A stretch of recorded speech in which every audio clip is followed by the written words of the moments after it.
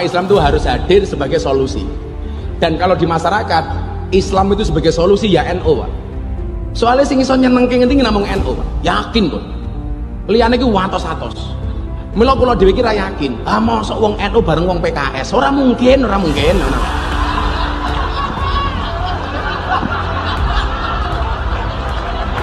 Kula ngomong NU, kula mboten nggih ta.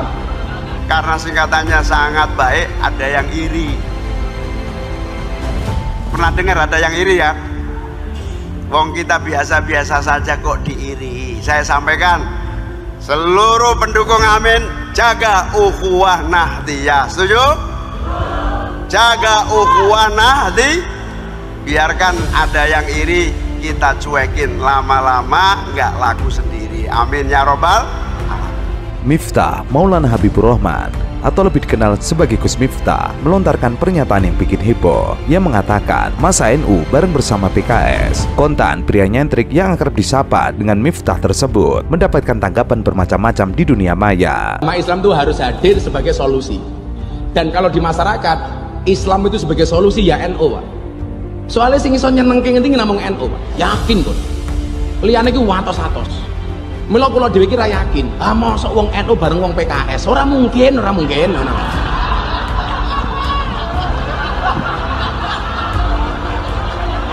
Kula ngomong NU. Kula mboten nggih ta. Warganet lantas mengingatkan Al-Hujurat ayat 10 yang artinya sesungguhnya orang-orang mukmin itu bersaudara. Karena itu damaikanlah antara kedua saudaramu dan bertakwalah kepada Allah agar kamu mendapat rahmat. Miftah mengungkapkan hal itu pada haul ke-47 Kiai Haji Ajkon pengasuh PP Mambaul Ulum. Miftah sendiri adalah pimpinan pondok pesantren Ora Aji di Sleman, Yogyakarta. Ia merupakan keturunan ke-9 Kiai Muhammad Ageng Besari, pendiri pesantren Tegal Sari di Ponorogo. Usai melontarkan kata-kata itu, Miftah langsung menutup mulutnya dengan sorban hitam, membuat yang hadir tertawa dan bertepuk tangan. Menjelang Pilpres, halo, Mbah Yai Agung Nirboyo Ploso sembarang. Niku wong ngalim-ngalim punya kekuatan doa, punya ilmu ya sampun istikharah. Siapapun nanti sing didhawuhne Mbah Yai, jenengan nderek saya. Lamun orang nderek duwe pilihan lain, menengok. Ojo ngrasani Mbah Yai, ojo ngelokne Mbah Yai, ojo ngritik Mbah Yai, ojo tenan. Gak peduli sing didukung kebetulan kaum nasionalis rodok merah atau kaum kanan sing kenceng syariate, iku hitung-hitungane Mbah Yai dhewe. Kita jamaah kantun manut konten mawon. Dene zaman ramanut rapodo Mbah Yai sakarmu, tapi ojo ngrasani empeten lambene. Ben ngilmune panggah barokah ngono lho. Nek wong biasa kados kita wani ngelokne Mbah Yai dah ploso, wani ngritik Mbah Warman Suryoboyo, ya terus dadi apa dhewe iki? NU capopo ning Mbah Yai kok wani.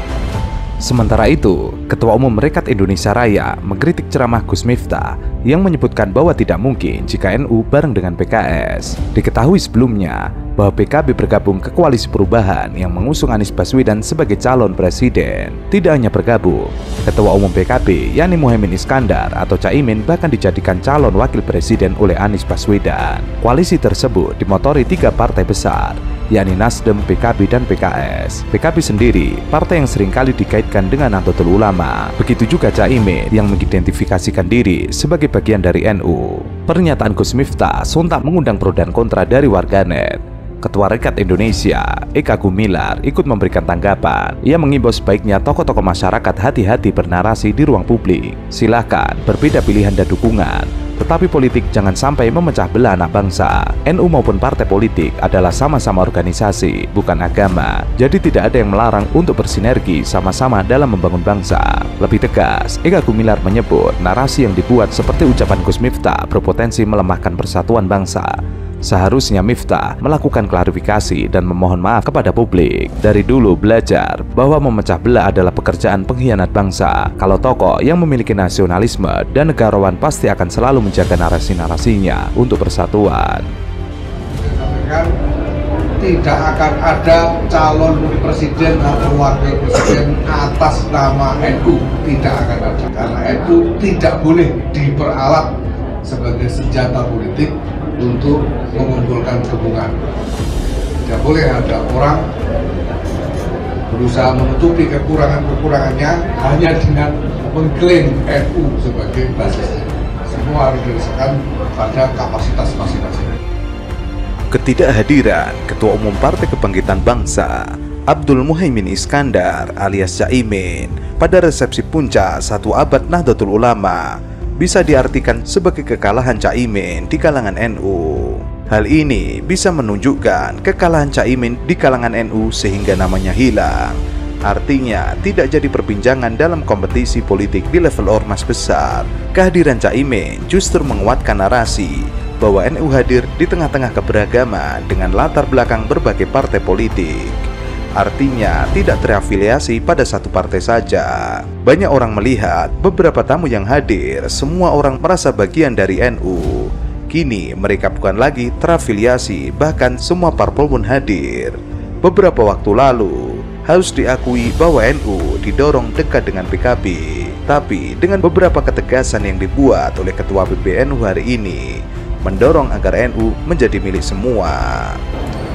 Tanggal 7 nanti NU berusia 1 abad, di mana 100 tahun perjalanan perjuangan NU sungguh membanggakan, membahagiakan, eksis, punya kontribusi yang positif. Dan kami sebagai politisi-politisi yang lahir dan dibesarkan dari NU amat sangat mensyukuri dan siap menjadi garda terdepan memperjuangkan aspirasi politik. Nah, di sisi yang lain, NU itu memang dari awal adalah perjuangan politiknya sejak pra kemerdekaan sampai hari ini masih berjalan dengan baik.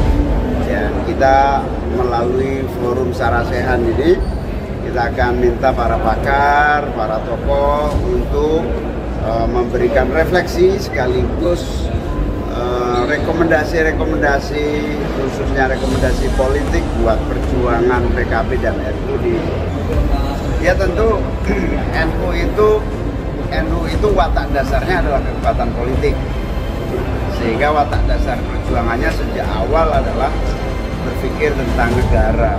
Nah, di tahun-tahun politik tentu satu saja, seluruh aspirasi politik warga NU yang grassroots-nya kuat, banyak yang masih belum beruntung secara ekonomi, pesantren-pesantren masih terbatas fasilitasnya, itulah perjuangan.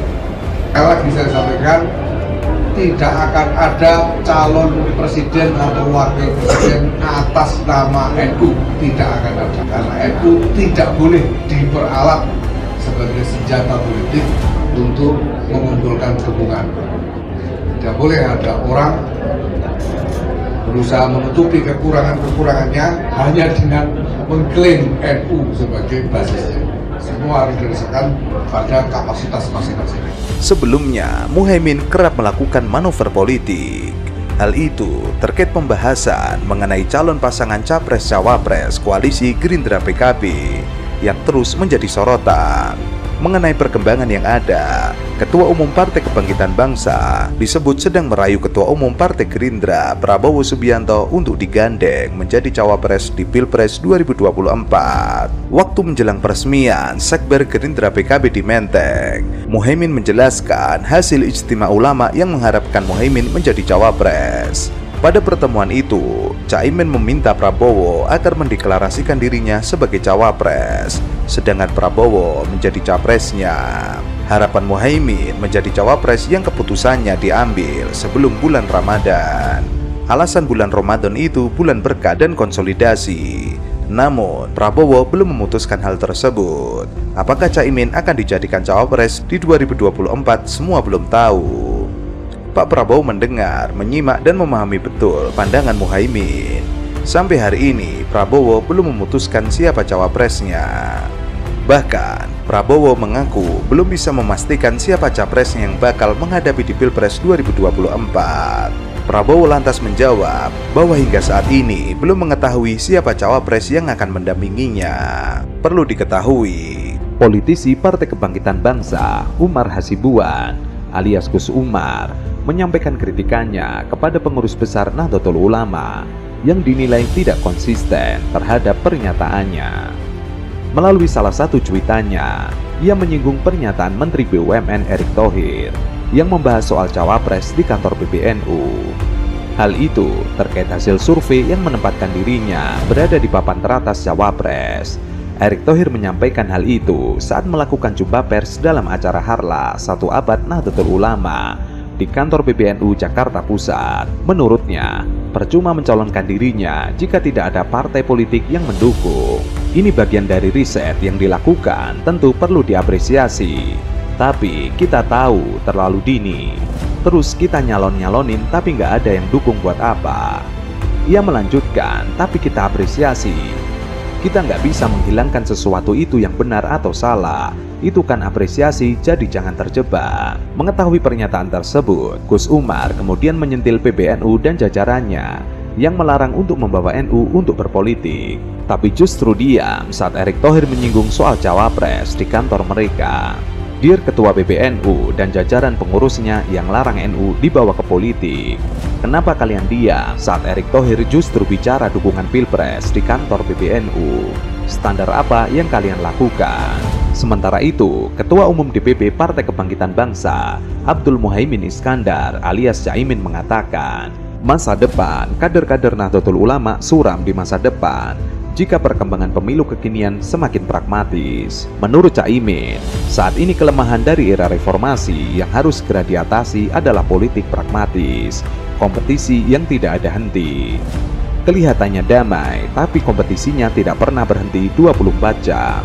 Ini sistem yang melelahkan, di mana pemilu yang pragmatis bawa uang yang menentukan banyak hal dalam perilaku pemilu yang artinya masa depan kader-kader NU juga agak madesu atau masa depan suram. Ia memaparkan kader-kader NU yang menduduki jabatan publik ke depan akan menghadapi kondisi yang sangat pragmatis.